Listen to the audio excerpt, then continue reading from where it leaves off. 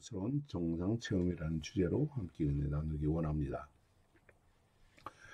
복음서는 예수님의 3년 공생의 기간 동안 있었던 상징적이고 그리고 예언적인 사건들, 대표적인 사건들을 기록한 말씀이지요. 많은 내용들 중에서 예수님과 제자들에게 사역의 전환점이 되는 그러한 내용을 찾으라라고 한다면 아마도 그것은 이 오늘 어제의 말씀 마태복음 16장과 오늘 17장의 말씀일 거라고 생각됩니다. 마태복음 16장은 베드로의 신앙 고백을 통해서 주님을 따르는 제자들의 고백이 무엇인지 그리고 자기 십자가를 지는 삶의 자세를 깨닫게 하시지요. 그리고 17장은 주는 그리스도시요 살아계신 하나님의 아들이니이다 라는 이 베드로의 고백이 진실임을 하나님께서 확인시켜주는 말씀입니다. 예수님의 영광스러운 신분이 밝혀지지요. 앞으로 하나님의 아들 메시아의 고난사역과 영광스러운 부활을 증거하는 말씀입니다. 주님은 베드로의 신앙 고백과 변화산의 영광스러운 이 사건 이후에 본격적으로 구속사역을 선포하십니다. 십자가의 고난의 길과 죽음과 부활을 말씀하기 시작하시지요. 베드로의 신앙 고백 이후 일주일가량이 지났습니다. 6일이 지났다고 성경 말합니다. 주님은 제자들을 데리고 변화산에 이르르죠. 변화산이 어디인가는 일부 논쟁이 아직도 있어요. 왜냐하면 예수님이 베드로의 고백한 그곳은 가이사랴 빌립보입니다. 그곳에서 가장 가까운 산은 빌립보 옆에 있는 홀몬산이라는 곳이에요. 산 꼭대기가 흰 눈이 내려 있고 하얀 그곳입니다. 아마도 그곳이 아닐까 주장하는 사람들도 있어요. 그러나 또 일반적으로는 갈릴리에 있는 다볼산으로 보는 이들도 전통적으로 있습니다. 예수님과 제자들이 빌립보에서 일주일가량 걸어 내려왔다라고 한다면 아마 다볼산도 가능한 장소일 수는 있습니다. 왜냐하면 그렇게 아주 먼 거리는 아니기 때문입니다. 예수님은 제자들 중에 베드로와 요한, 야고보만을 따로 데리고 기도하기 위해서 변화산 위로 올라가십니다. 변화산 위에서 예수님이 변형된 장면을 목격하지요. 여기서 제자들은 충격을 받습니다. 왜냐하면 그 모습은 이 세상에서 발견할 수 있는 모습이 아니기 때문이에요. 이 마태의 표현을 빌자면 이렇습니다. 얼굴이 해와 같이 빛났다. 그의 옷은 빛과 같이 희어졌다 합니다. 예수님의 영광스러운 모습을 표현합니다. 여기에 대해서 마가는 예수님의 옷의 변화를 주목합니다. 그 옷이 광채가 나며 세상에서 빨래하는 자가 그렇게 희귀할 수 없을 만큼 매우 희어졌다라고 말씀합니다. 예수님의 거룩한 변화로 그 얼굴과 피부가 변하게 되었다는 것은 좀 이해할 수 있어요. 왜냐하면 사람들이 어떻습니까? 사람들의 모습도 어떤 데는 기쁨과 그리고 슬픔 이러한 것으로 변화되는 것이 보여지죠. 예수님의 거룩함이 그의 밝음과 또한 영광스러운 모습으로 변화됐다라고 하면 그럴 수도 있겠다라고 생각할 수 있어요. 그런데 옷이 휘어졌다 합니다. 세상의 물질이 아니다라고 말합니다. 매일 입고 다니는 옷이었을 거예요. 더러워진 옷입니다. 이거는 빨지도 않고 더럽혀진 이 옷이 예수님과 함께 광채가 나고 희게 변화되었다라고 마가는 놀라서 고백합니다. 변화산에서 주님의 세상 옷은 더러워질 수 있지만 주님의 옷, 행실과 삶은 광채가 나는 모습이다라고 이해할 수 있습니다. 오늘 본문에서 옷은 성도들의 삶을 이야기하는 것으로 우리가 비유할 수 있어요. 신앙생활을 성경은 옷이다라고 비유하기도 합니다. 계시록에서 하나님은 믿음의 성도들에게 빛나고 깨끗한 세마포를 입게 하신다 합니다. 이 세마포는 성도들의 옳은 행실이다. 계시록 19장에서 말씀하지요. 하나님은 말씀대로 올바르게 살아가는 성도들의 삶, 성도들에게는 바로 흰 옷을 입혀주시고 그들을 구별해 주시지요. 또한 바울은 이렇게 말합니다. 오직 주 예수 그리스도로 옷 입어라 라고 합니다. 예수를 따르는 삶, 그것이 올바른 삶이고 그것이 흰 옷을 입는 삶이다 라는 말씀이에요. 예수 그리스도인들은 흰 옷을 갈아입는 삶을 살아라라는 것이지요. 아름다운 그리스도의 향기를 풍기며 살아가는 삶입니다. 비록 우리는 이러한 세상의 옷을 입습니다. 의류를 입습니다. 그러나 이것이 우리 이 세상에서 살아갈 때의 모습을 보여주고 나의 신분을 이야기하고 내가 좋아하는 스타일을 입고 있지만, 그러나 우리는 표현되어지는 것은 바로 그리스도를 따라가는 삶, 그리스도로 옷 입는 그런 삶이어야 한다라는 말씀입니다. 주님께서 걸어가신 발자취를 따르는 삶이며 그리스도와 같이 사랑하는 삶이고 은혜를 나누는 삶이고 그 은혜를 누리는 삶이 바로 그리스도로 옷 입는 삶인 것입니다. 그렇습니다. 인생들은 세상의 죄악과 먼지와 더럽혀진 공해로 더러워질 수 있습니다. 옷에 때가 묻을 수 있고 흙탕물을 뒤집어 쓴 채로 살아가는 이들이 많이 있지요. 그들이 입은 옷이 더러워질 때가 얼마나 많습니까? 자신도 모르게 세상의 풍조에 뒤섞여서 살아가면서 더럽혀질 때가 있죠. 더럽혀진 모습도 깨닫지 못한 채 부끄러움과 창피함도 모르고 다닐 때가 얼마나 많습니까? 흰 옷이 아닌 심지어 다른 옷을 입을 때도 입는 이들도 얼마나 많습니까? 이처럼 그리스도로 옷 입지 않는 이러한 삶, 성경은 주님은 이러한 이들은 천국 혼인잔치에서 어두운 데로 쫓겨난다 말씀합니다. 마태복음 22장에 임금이 사원들에게 말하되 그 손발을 묶어 바깥 어두운 데에 내어 던지라. 거기서 슬피 울며 이를 갈게 되리라 합니다. 주 예수로 옷을 입지 않은 삶은 바로 천국에 합당치 않다라는 주님의 비유의 말씀이지요. 이 왕의 잔치는 혼인잔치입니다. 주님과 하나 되는 잔치입니다. 예수님의 신부가 되는 잔치입니다. 왕은 예복을 준비해 놓았습니다. 예복을 입고 기쁨과 즐거움으로 이 잔치에 참여하라 하십니다. 예수 그리스도로 살아가라 하십니다. 예수 그리스도와 하나 되는 삶을 입으라 하십니다. 그러나 임의대로 의복을 입지요. 예수가 아닌 자신의 고집과 탐욕과 죄악의 옷을 입습니다. 이들에게는 혼인 잔치는 무엇입니까? 신랑 대신 예수 그리스도를 만나는 장소가 아니라 거기서 구별되는 장소고 예복을 입지 않은 자로서 쫓겨남을 당하게 되는 그러한 장소가 된다는 말씀입니다. 주님은 죄악으로 더럽혀진 인생들에게 예수 그리스도로 옷 입으라 하십니다. 예수 그리스도의 십자가로 더러워진 옷을 빨아야 하는 것이죠. 우리의 죄악을 대신하여서 주님께서 흘리신 보혈로만 우리는 깨끗하게 됩니다. 우리도 흰 옷을 입게 되고 주님의 신부로서 주님과 함께 천국의 혼인잔치에 참여하게 되는 것입니다. 주 예수 그리스도의 복음으로 옷을 입읍시다. 햇빛과 같이 빛나는 이 흰 옷을 입는 성도들이 되기를 소망합니다. 비록 우리는 이러한 세상의 옷을 입고 있지만 천국에서 주님 주시는 흰 옷 입은 천사들, 흰 옷 입은 주의 백성이 되고 신부가 되어서 주님의 영광스러운 잔치에 참여하는 영화롭게 하는 믿음의 성도들 되기를 축복합니다. 변화산에서 제자들은 지난 3년 동안 함께 동고동락했던 예수님의 모습이 온데간데 없고 예수님의 변화된 모습을 봅니다. 이 모습은 어떠한 것일까요?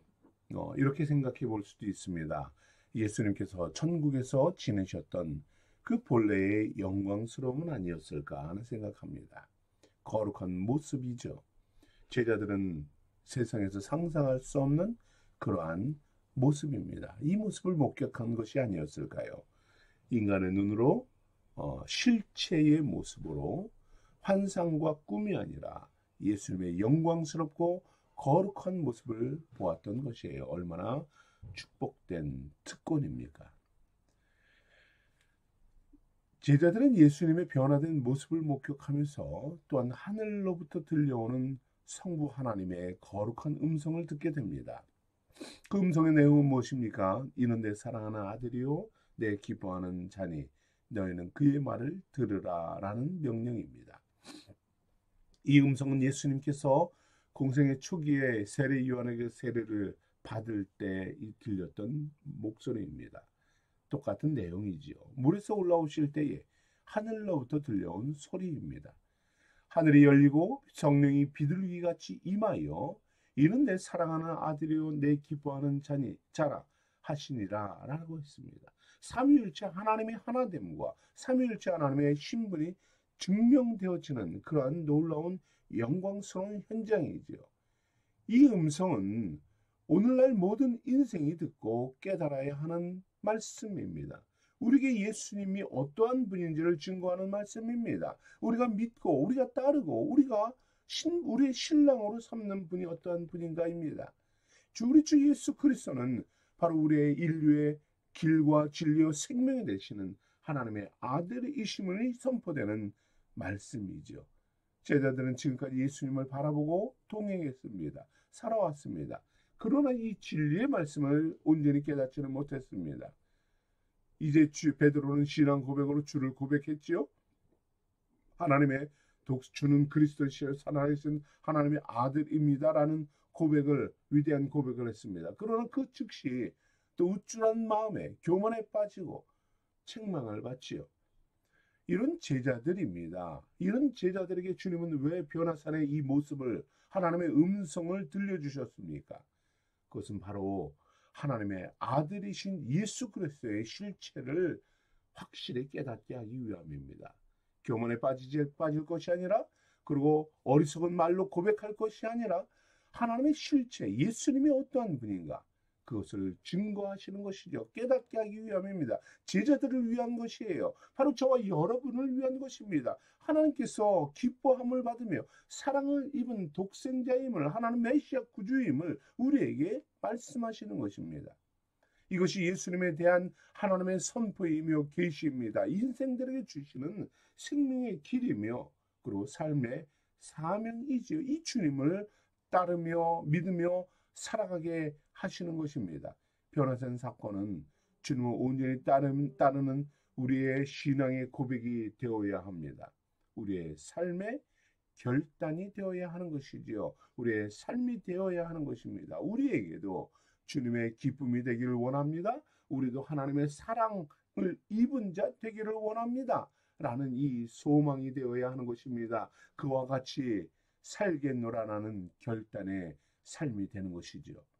이러한 삶을 소망하는 성도들에게 하나님은 명령하십니다. 거룩한 하나님의 신명이 선포됩니다. 너희는 그의 말을 들으라 하십니다. 하나님은 제자들에게 예수님을 올바르게 믿고 그리고 그 말씀에 순종하라 하십니다.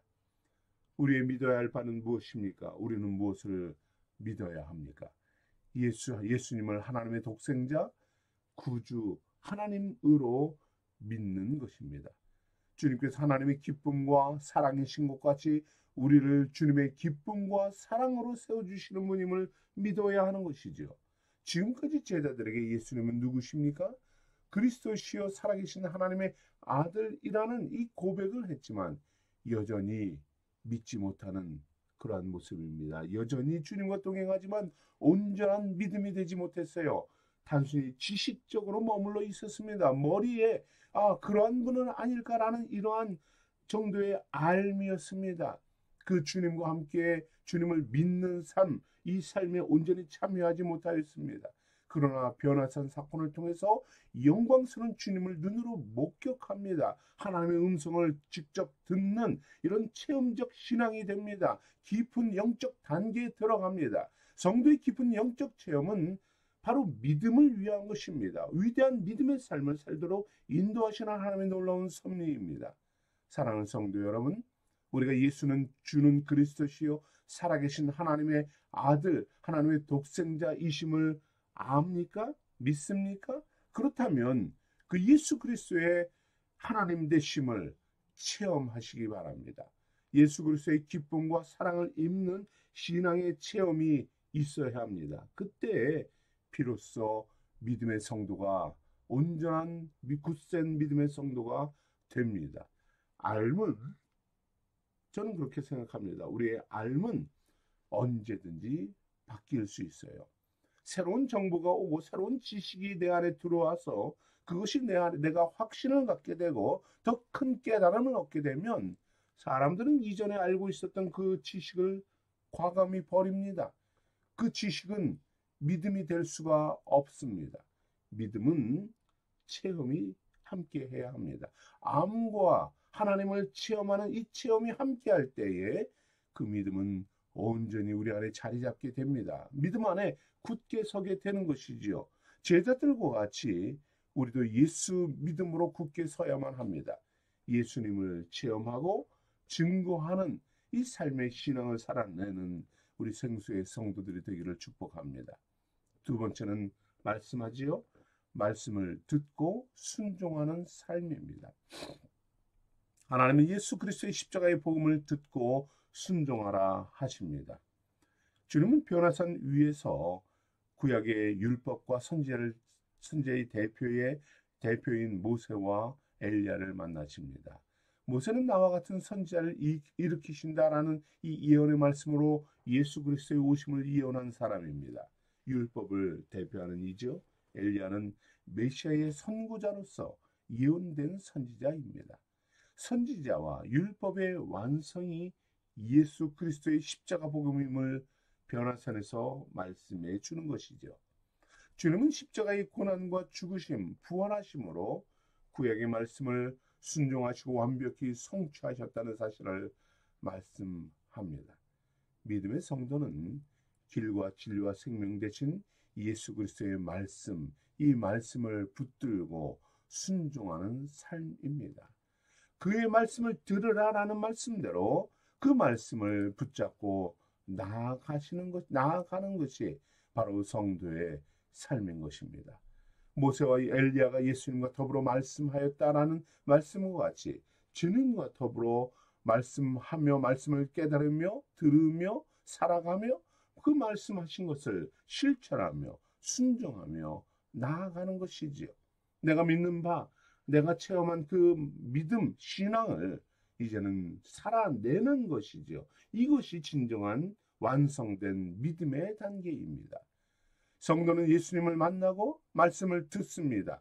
그런데 그것으로 그쳐서는, 그 체험으로 멈춰서는 온전한 믿음의 삶이라 할 수 없습니다. 이제는 말씀대로 살아내는 것입니다. 말씀을 나의 삶에 적용하고 온전히 순종하며 나아갈 때에 바로 내 믿음이 말씀 위에 세워지게 되는 것이죠. 반석 위에 세운 믿음이 되는 것입니다. 온전한 성숙을 이루고 변화된 인격의 삶을 살아가는 것이죠. 우리의 욕망과 이기심과 탐욕의 삶을 내어버리는 것입니다. 말씀의 능력으로 버리고 상실케 하고 오로지 주님의 말씀 앞에 서게 되는 것입니다. 그 말씀에 순종할 때에 놀라운 변화의 역사가 일어나게 됨을 믿습니다. 그 말씀에 순종할 때에 우리는 우리의 영적으로 우리는 무장되어서 악한 죄의 미혹과 유혹 속에 담대히 나아갈 수 있음을 믿습니다. 놀라운 영적 세계를 체험하며 주님의 변화되심과 같이 나도 변화되고 흰옷 입은 자로서 주의 나라에 참여하게 된다는 이 믿음으로 살아가게 되는 것입니다. 어떠한 삶의 유혹과 믿음 변화 속에서도 오로지 주님을 붙잡고 나아가게 되는 것이에요. 성숙한 믿음의 삶의 자리로 나아가는 이러한 생수의 성도들이 되기를 축복합니다. 우리 함께 기도하겠습니다.